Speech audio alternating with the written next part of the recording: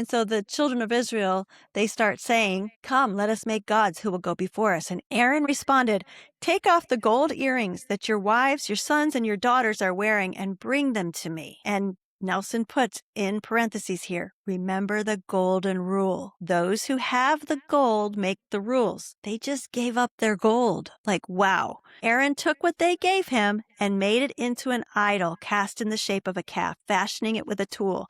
The next day they had a big party. "We are saved. We are going back to Egypt. Hallelujah."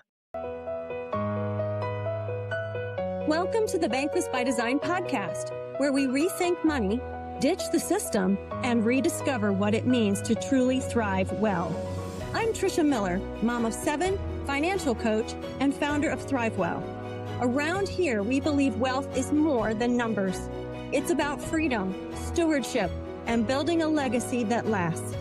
If you're ready to challenge the norm and take back control of your financial life, you're in the right place. Hello and welcome back to the Bankless by Design podcast. I'm Tricia Miller and I'm here today with my son Jonathan as we continue our conversation about the golden rule in our Becoming Your Own Banker series. So Jonathan, good to have you with me today. Always excited to be back. Well, in part 1, we talked about Nelson's financial version of the golden rule. He who has the gold makes the rules. And we discussed the importance of building capital and the fact that if you don't control it, then you'll spend much of your life living under the rules of those who do. We talked about the difference between money and capital and how important it is to distinguish between those two concepts. So just a brief recap for our listeners here. Money is just a means of exchange that passes through our hands every single day for spending or maybe for short-term savings.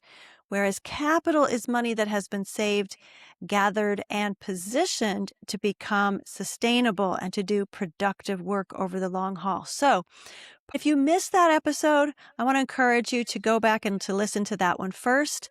It was episode 45, The Golden Rule, part 1. But today we want to go ahead and take the next step because Nelson moves into his whole illustration with the Constitution and then Shakespeare, and we start to see a deeper human problem underneath all of this. And that is the human tendency to default into dependency rather than taking responsibility and full ownership for our own well-being. So yeah, part 1 was about who controls the capital, and part 2 is going to be more about why people give up their control. Right. That's a good way to put it. We left off last time with the little paragraph on page 31 where it says, "Why is there general despair in our country regarding financial matters? Why are people paying through the nose for capital? Why the feelings of helplessness and futility? I say again, it all begins with faulty premises." Now, we talked about these faulty premises at the very beginning of this chapter. And Jonathan, do you happen to remember what we decided that Nelson meant by those faulty premises? Yeah, he was getting at that idea that, we don't save or capitalize, and then we're wondering why we're struggling. We end up having to use somebody else's capital and end up paying dearly for it. Right. So Nelson says we have lost the value of savings and capitalizing. We want to run right into investing. And at bottom, I think we also want to live like consumers, but still enjoy the benefits of owners. And that's really a little bit of what was demonstrated by the Mexicans in the story of Panasonic that Nelson talked about. They wanted to have 51% majority ownership, even though they hadn't taken the time or had the discipline to capitalize first. So it is a little bit of role reversal, and that's where I think Nelson is taking us next when he moves into this section on the Constitution. Yeah, I'll be honest. When I was first reading this, I was like, oh, where are we going with this? And how did we end up here? It's so true. I mean, at first glance, you're like, wait a minute. Nelson is just talking about the importance of owning capital, and the story of Panasonic seemed to really support that. And then all of a sudden, he says, let me explain it this way. And the next thing you know, you're reading an article about the Constitution. You're like, wait a minute. This can feel a little bit out of left field, but I assure you it's not. You just have to stick with it and consider what is the main point he's getting at. Now, having said that, I'm going to throw you a little curveball right here myself, because we are recording this, after all, on July 2nd, 2026. So it is actually quite fitting to be talking about the Constitution, given it is also our nation's 250th birthday in just a few days. So Nelson goes on to reference Jackson Pemberton's piece, A New Message on the Constitution, which ironically was written in 1976 for the bicentennial celebration of our country. So here we are, almost exactly 50 years later, and we didn't even plan this. So, Jonathan, would you go ahead and read this section? I know it's a little bit on the lengthier side, but again, it's so worth reading. Yep, absolutely. Pemberton is writing as if he was one of the founding fathers involved in construction of the Constitution, and is pointing out where successive generations have gone astray. He goes on to quote Pemberton, "But in spite of all our careful effort, we knew that it was not sufficient to merely launch the ship of state correctly. It needed to be tended by an alert, informed, and jealous citizenry. But history, like nature, travels in cycles. Both liberty and oppression contain the seeds of their own destruction. Our success has brought the security which puts you to sleep. Now, basking in the dimming brilliance of the lights of liberty, you have been neither vigilant nor informed, and only recently have you begun to realize the correctness of your rising jealousy for your rights. Let those feelings of jealousy well up within you and cause you to alert yourselves to your true condition. Your executives have taken upon themselves to form foreign alliances and make domestic regulations without proper authority. They have violated your most fundamental law. Your judiciary has ignored the amending process and altered the meaning and intent of the Constitution they were sworn to defend. They have betrayed your most fundamental law. Your Congress has been watchful, yet not of the encroachments of the other two branches, but for opportunity to gain its influence by purchasing your favor with your own money. They have ignored your most fundamental law, and you seek for a remedy while it stares you in the face. You have lost the vision of your most fundamental law. Let me show you. You call the National Charter the Constitution of the United States, and that simple phrase contains both the totality of your plight and the seeds of your salvation.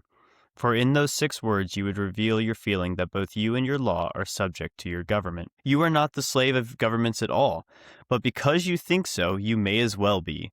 Nay, the Constitution is your servant and the master of your government. It is not the Constitution of the United States. It is the Constitution of the people and for the United States. It is not only the law by which you are governed, it is the law by which you may govern your government. It is not the law by which high-handed politicians may impose their collective will upon you. It is for you to impose it upon them. It does not belong to the government, it belongs to you. It is yours. It is yours to enforce upon your government. It is yours to read to those self-wise do-gooders, and if you will hold it high in your hand, they will quail and flee before it like the cowardly knaves they are, while those who are your true friends will rejoice in your new commitment." Wow, even reading that just again with you right now, it's so good. But there's a couple of lines that I wanted to point out that bring us to Nelson's point. And the first of those is right here where it says, "Let those feelings of jealousy well up within you and cause you to alert yourself to your true condition." And I put a note in my margin saying an awakening is needed. We need to see who we have become. We need to understand our true condition. We're not the free men and women that we were intended to be as of the writing of the Constitution originally. Yeah, and later he does go on to say that you've lost the vision of your most fundamental laws. So in other words, he's saying that we, the people of these United States, have lost our way, and we failed to realize even our true condition, and we need to really take a good hard look in the mirror. Exactly. And I can't help but think that Nelson was recognizing the same thing is true when it comes to our true condition in our economic situation. So this is where he's talking about the Constitution, but he's also comparing it to our personal economies. He says, we've been betrayed. We are not free. We are debtors who are continually having to go to banks and ask permission to get a car loan, permission to get a mortgage, permission to expand our businesses, etc. We are essentially living in a debt slave construct. Yeah, and I assume that you're really not just talking about people, who are up to their ears in credit card debt. That is one particular kind of debtor, and they're probably going to feel it worse. But, I think you're getting at the fact that, us Americans are stuck in a system that have them trapped, right? Correct. I don't think it means that we're just stuck in credit card debt, although many people are. It's actually more about the system. We talked about this with Willie Sutton's law. The system of taxation alone, for example, it leaves people working until, April, May, something like that, the whole first portion of the year just to pay the taxes. And then the other part of the system is that when we participate in these qualified plans, I mentioned that because your savings, or better said, investing, is locked up behind penalties and taxes, then it results in a pattern of spending that requires you to go to the bank to finance all of your needs because you have not capitalized in a way that you can use your own capital. Yours is locked up behind penalties and taxes. So the system itself, government, Wall Street, and banking, they have all contributed to a debt slave construct. And Nelson is saying, you don't really know your true condition. I don't really think it's the norm to consider ourselves a debt slave in a debt slave construct. And, but I think that's exactly what Nelson's pointing out, that, we're not aware of our true condition. It's the grind. Everyone struggles. We're led to believe, that these systems are for us. And in fact, they're what keeping us trapped. And in fact, I think many people think it's the only way. They don't know another way. And to get back to Pemberton, he says there is a remedy. And the remedy is remembering or recognizing your role. The Constitution was actually written for you to govern your government. It's easy for us to look at the Constitution and think that it's the law of the land and I need to obey it. And we entirely forget that it was written as the law to restrain our government. It's for us to use as a tool to govern, not to be governed by. Do you have any extra thoughts you want to add to that, Jonathan? Because I know you love this stuff. Yeah, I agree with you right there that, this was supposed to be a guideline, but it's really all about perception. The idea that the citizenry is just so unruly. We've got to be regulated. We don't know what's best for us. We really need Big Brother to be taking care of us and making the best decisions on our behalf. And, in reality, this was supposed to be us regulating and restraining our government.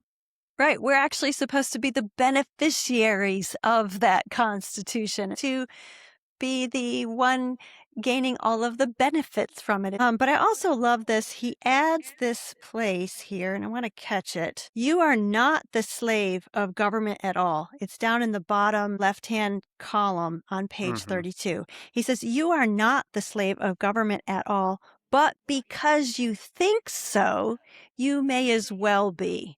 He is really likening this situation then, I think, to the banking function in our lives, because we are not the slave of banks, but because we think so. So let's just kind of translate that language from one concept to the other, because we've actually never stopped to realize that there was any other option. Yeah, this is really getting back to the fact that it's all about the way we think. We have to rethink our thinking.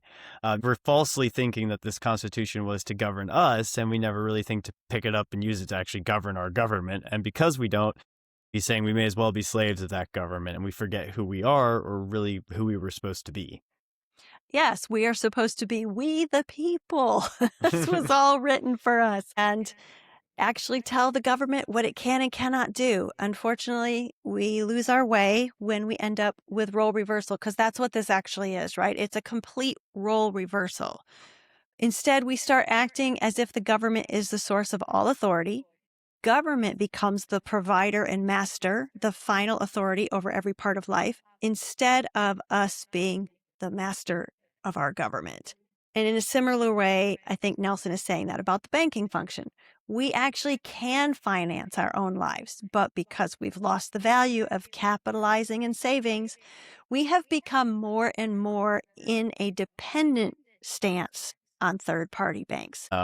Before we get too far away from the constitutional piece, I did want to add that, when Pemberton's saying that we rise up and hold the Constitution high in our hands, that they will quail and flee like the cowardly knaves they are, maybe chuckle while reading it, but also while actually saying it too. We don't only forget who we are, but we forget kind of who they are. Pemberton is essentially saying that our rights and the benefits are actually guaranteed by the Constitution. And if we stand upon those rights as, mature adults ready to take on responsibility, being an honorable free citizen, But, there's the choice to kind of negate or abdicate that, and you end up losing all those rights. And so it is up to us to claim them and take action rather than just letting ourselves be, acted upon. Yeah. And in that same section, I love how when he's referring to the Constitution, he says, it is yours. It is yours to enforce upon your government. It is yours to read to those self-wise do-gooders. So that takes action, right? That takes a forward motion, a decision to stand and say, hey, this is mine. I'm going to go do this.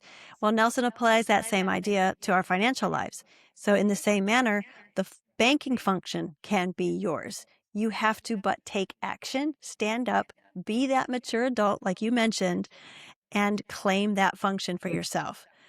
Unfortunately, we have pretty much accepted that permanent dependency upon banks is normal. Yeah, and there you go. I think you're really getting the root of the issue there, with just dependency. And we all just kind of accept that as normal.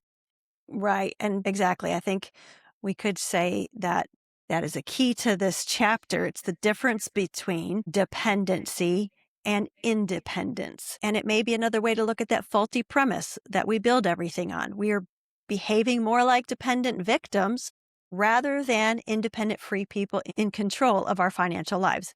We fail to take the action that's necessary to reclaim that banking function, just as we also fail to take action to reclaim our government and put it in its right place, which is to be our servant, not our master. And actually, even just saying that, he's going to buttress this idea with talking about all the world's a stage, quoting from Shakespeare, where it's a bit of role reversal and part of the characters in the play. So I'm going to let you read that next paragraph there, Jonathan, so that's clear. Yeah, sure. I'd be happy to read that. So this explains what I mean when I say most people know there is a play going on out in the world, but they don't understand it. Worse than that, they can't get the characters in the play straight. Recalling that Shakespeare said, all the world is a stage and the people are the actors thereon. People just don't play their proper role in the scheme of things.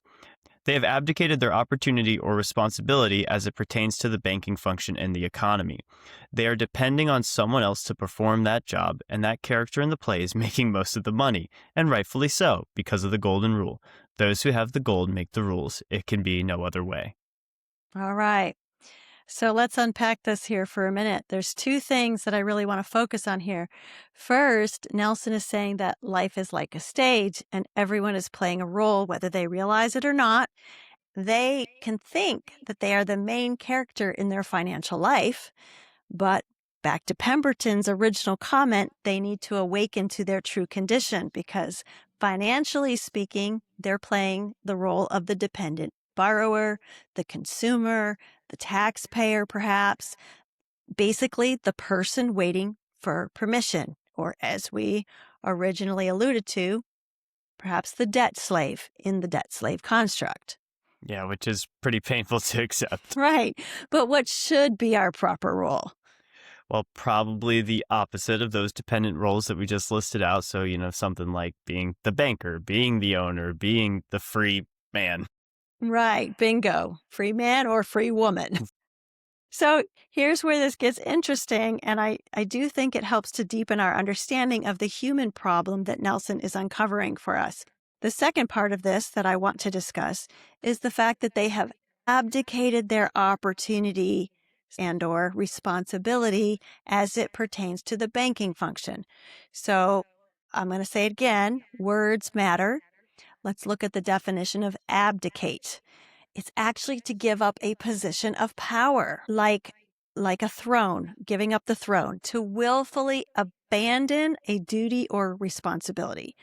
So if you think about that, remember we're talking about human problems here, human nature. What do you think Nelson is really getting at, Jonathan? Yeah, it's very obvious using like a word like abdicates, willful. We're purposely giving up our powers, to do it intentionally and walk away from our responsibility. But why do we do that? And why would anyone do that? That's a good question.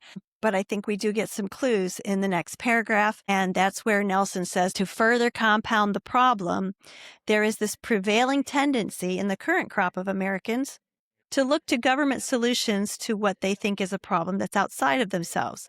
He says, I I don't have any money to buy a home, go to college, buy food, endure an emergency, care for my health, maintain my lifestyle. So there should be some sort of government program to provide these things for me. I have a right to them. Okay. And to make matters worse, he goes on to this next paragraph and he says, then bureaucrats, elected officials, teachers, government schools, some members of the clergy, political action committees, media. There's no telling how many other such groups I have left out foster this kind of thinking at every turn. He says it's a national disease. And to survive in the future, this disease must be overcome. So we already have a tendency to look to government for solutions, and then all of that gets buttressed by everyone around us that would like us to think that. Yeah, it seems like Nelson's really a huge fan of government programs. But no, yeah, it sounds like, we'd really just rather have the hand that feeds us and have somebody else provide it for us rather than, having to actually accept our own responsibility for it. I think at least that's what I think Nelson's getting at. And I'm going to say, I think there's definitely an element to the fact that, like, even when he says, of course, he wrote this some time ago, I don't have any money to buy a home, etc. I have to give some grace these days because of the runaway crippling inflation, like that especially your generation is really feeling. I do believe that that is totally legitimate, right? That's Willie Sutton. There's onerous taxation. Mm-hmm. And so, to that extent, I don't think it's just necessarily a victim mindset. Let me say that, okay? But at the same time, we have to recognize what Nelson is getting at here, too, is that if we still go looking to government to take care of this for us, let's not forget that's expecting the fox that's guarding the chicken house, like we talked about a couple of episodes ago. We're expecting that fox guarding the chicken house to do good to us, to help us. I think we will be sorely mistaken. And we are not without remedy. As difficult as it may be today, we do have a remedy. Just like Pemberton was saying, with the Constitution itself is our remedy, so too, I think Nelson is saying, becoming your own banker is a remedy for those who would be willing to take action and determined to be the kind of people who will embrace ownership and responsibility, to be free men and women who will take the action, exercise self-governance, then we could actually rise above our current state of affairs. And if you don't, what's the alternative, right? He goes on to say, succumbing to these feelings produces a huge burden on your financial future. The price must be paid. You will always be at the mercy of the ones who have the gold. So that's the alternative. So we have to ask the question, do you always want to be at someone else's mercy? Or do you want to do what it takes to be truly free? Yeah, and it's hard to accept and probably, not common opinion, but, this is where that deeper issue really starts to come into view. And this is exactly where I want to go with this, because it's not just about understanding the system. It's actually about becoming the kind of person who can actually live free from it. Remember, this is about human nature. So this is more of a mirror looking at us in the mirror. What kind of person am I, and what am I going to do about it? And this chapter, I could not help but realize that it dovetails beautifully with Nelson's other book, Building Your Warehouse of Wealth. It's a lesser known book. It was his second one, but I think he actually gives us a little bit more insight into his own thinking when we go there. But in the back of Building Your Warehouse of Wealth, I believe it's chapter 12. Yes, it's called Out of Egypt and On to Babylon, From Slavery Back to Slavery. So he definitely uses the slavery idea here, but he talks about the story of the children of Israel coming out of Egypt. So think about this. They had been slaves for 430 years. He says, surely after 430 years, they knew what slavery looked like, you would think, right? Then God raises up Moses to lead them out of slavery and teach them how to live as free people. Let me read you just a section of this. He said, free at last, free at last. And where had God put them? Sinai. There was nothing there to sustain life, nothing. This is where God put them for the next 40 years to teach them to be dependent on Him. It would be impossible for them to claim sustenance from any other source. Their minds had to be cleansed from the idea of being a slave. That is huge if you think about that. They had to learn to be free people, indeed, and put their trust in God, not government. There is a very strong element of dependency in the act of worship. You will worship that on which you are dependent, and all governments want you to be dependent on them, not God. But to go back to the children of Israel, they're free. Okay, they've been freed from Egypt. They were slaves, right? The worst kind of slavery, building bricks out of straw and mud and I don't know what all else. But what happens when they're finally free? They grumble, they complain, they get uncomfortable, and they wind up missing Egypt. They start thinking about the fish and the cucumbers, the melons, the leeks, the onions, and the garlic they ate in Egypt. And they say to Moses, "Take us back to Egypt where we had these things at no cost." Are you kidding me? No cost, for free. Was not free. They paid for it with backbreaking labor, but they're so forgetful, aren't they? They're not remembering Yeah, well. just paid for it with your freedom, your, independence, etc. But yeah, easy to forget when you don't have, fish and cucumbers. Right. So then guess what they did? I think this is so fascinating because you can see how Nelson sees this tie-in here, because he says, when Moses went up on the mountain to receive the 10 Commandments from the Lord, he was gone for a long time, certainly longer than they expected. And so the children of Israel, they start saying, "Come, let us make gods who will go before us." And Aaron responded, "Take off the gold earrings that your wives, your sons, and your daughters are wearing and bring them to me." And Nelson puts in parentheses here, "Remember the golden rule. Those who have the gold make the rules." They just gave up their gold. Like, wow. I never thought about it that way. Aaron took what they gave him and made it into an idol cast in the shape of a calf, fashioning it with a tool. The next day they had a big party. "We are saved. We are going back to Egypt. Hallelujah." My gosh. So just like Pemberton said, history, like nature, human nature, travels in cycles. Both liberty and oppression contain the seeds of their own destruction. Our success has brought the security which puts you to sleep. There is a natural tendency in humanity to forget and, quite frankly, to abdicate, to willfully choose the path of least resistance, the easy way. Yep, when freedom becomes difficult, the Israelites were longing for the place that had literally just enslaved them for how many years. And then, like you said, they just forget that was a different kind of hard. And they only remember the good side of things, right? Your rose-colored goggles, remembering those free leeks and onions and garlic and cucumbers and fish.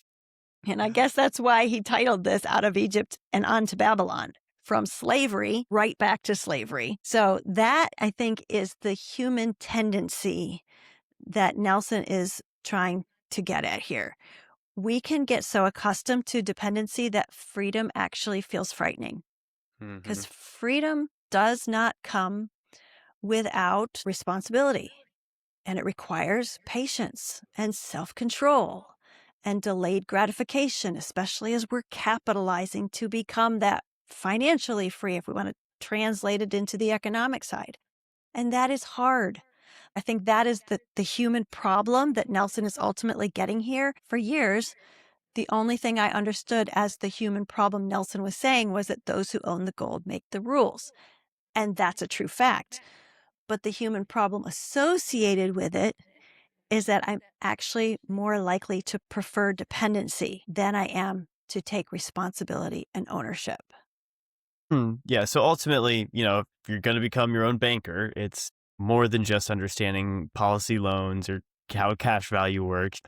It's this idea of, are you willing to become the owner and accept responsibility and not be dependent, and whether we're willing to govern ourselves, to exercise this discipline that we've talked about, the patience to build slowly. I think that delayed gratification you just mentioned, like when you said that, I was like, there it is.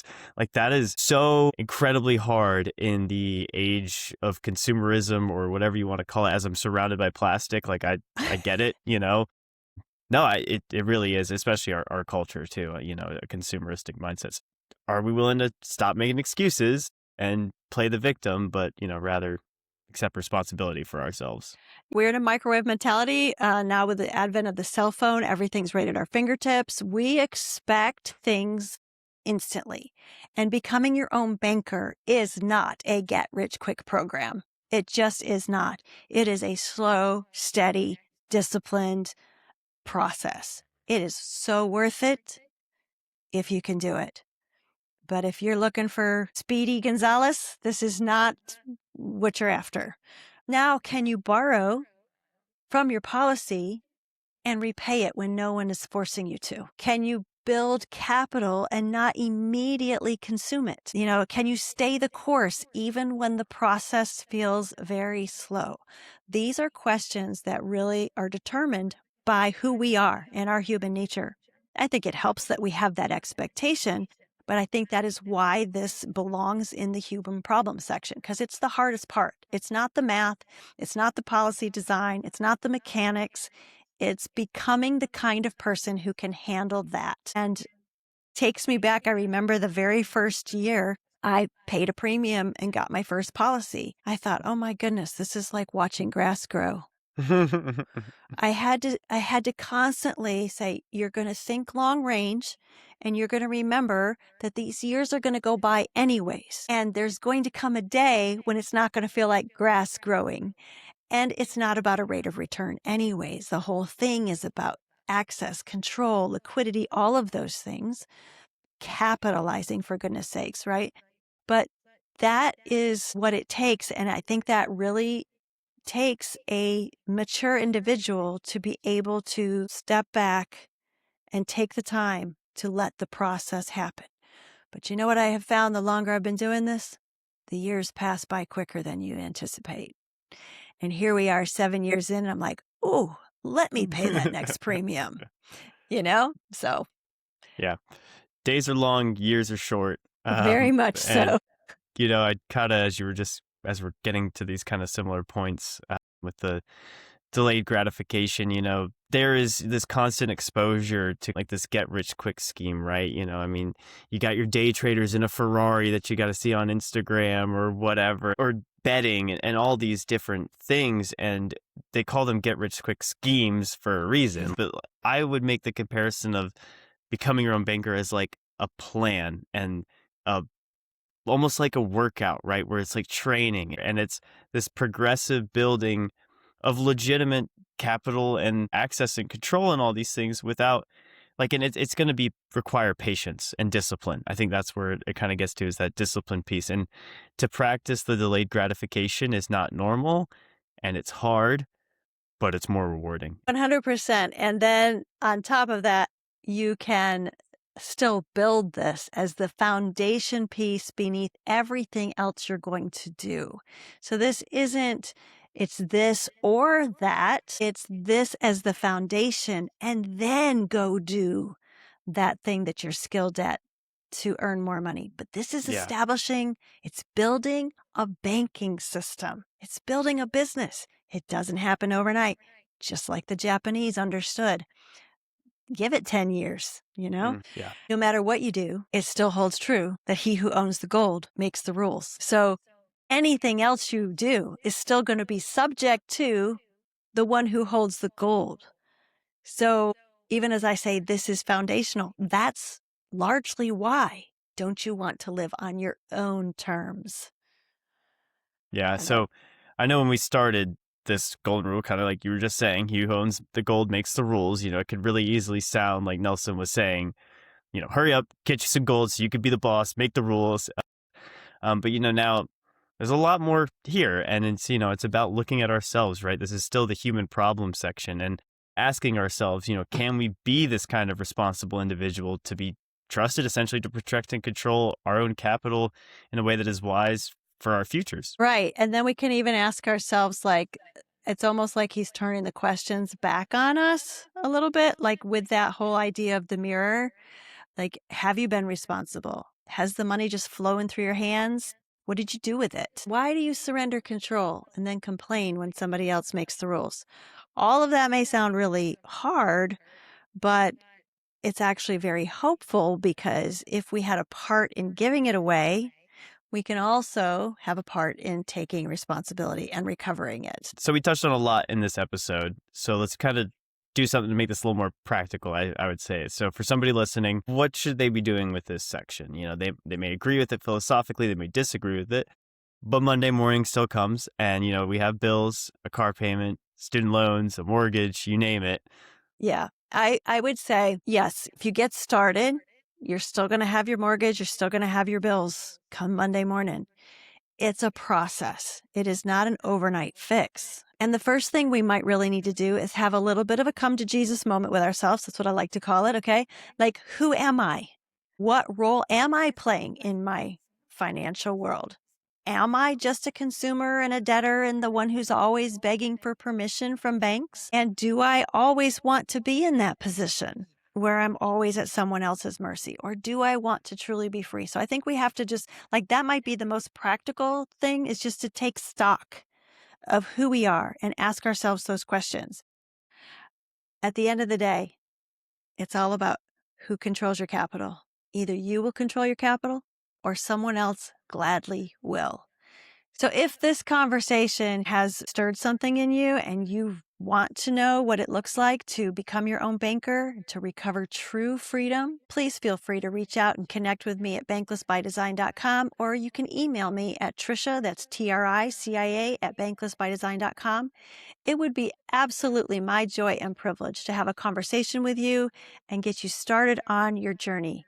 So Jonathan, thank you so much for being here with me. Thank you so much for having me. You know that this is a kind of conversation I enjoy, so this was a real fun one.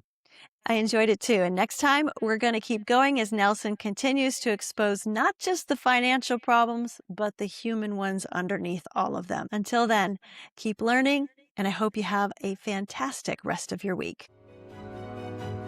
Thanks for tuning in to the Bankless by Design podcast, where we're done with the system and we're doing money differently.